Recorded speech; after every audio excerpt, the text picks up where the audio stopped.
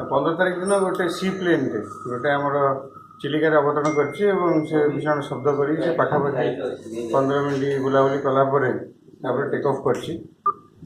तो सीटा CDA inquiry करके आमको आज गोटे सकाल रिपोर्ट देले जे से घटना सत्यता अच्छी गोटे सी प्लेन किंबा चपर आसिकी से एरिया बुलाबुली करके लैंडिंग करके जाइए तो तापर आम जो पाइलु आम गोटे अरखुदा केस नंबर 16 गोटे रेजिस्टर है तापर आम एयरपोर्ट डायरेक्टर मागिलु जे एमती किसी परमिशन दिया कि क्या आसिक से एरिया ऑपरेट कर तो बर्तमान एयरपोर्ट डायरेक्टर आम गोटे देले जो इम्फार गोटे हेलिकप्टर जोटा कि आमर एक्सएमपी बैजल पंडा चलाउथिले एवं सांगे 2 जन को पैसेंजर थिले सेटा आसी ताकू गोटे से परमिशन मागिथिले from Bhubaneswar to Garajpur in Kendrapara भाया राजहंस पुरी एंड कोणार्क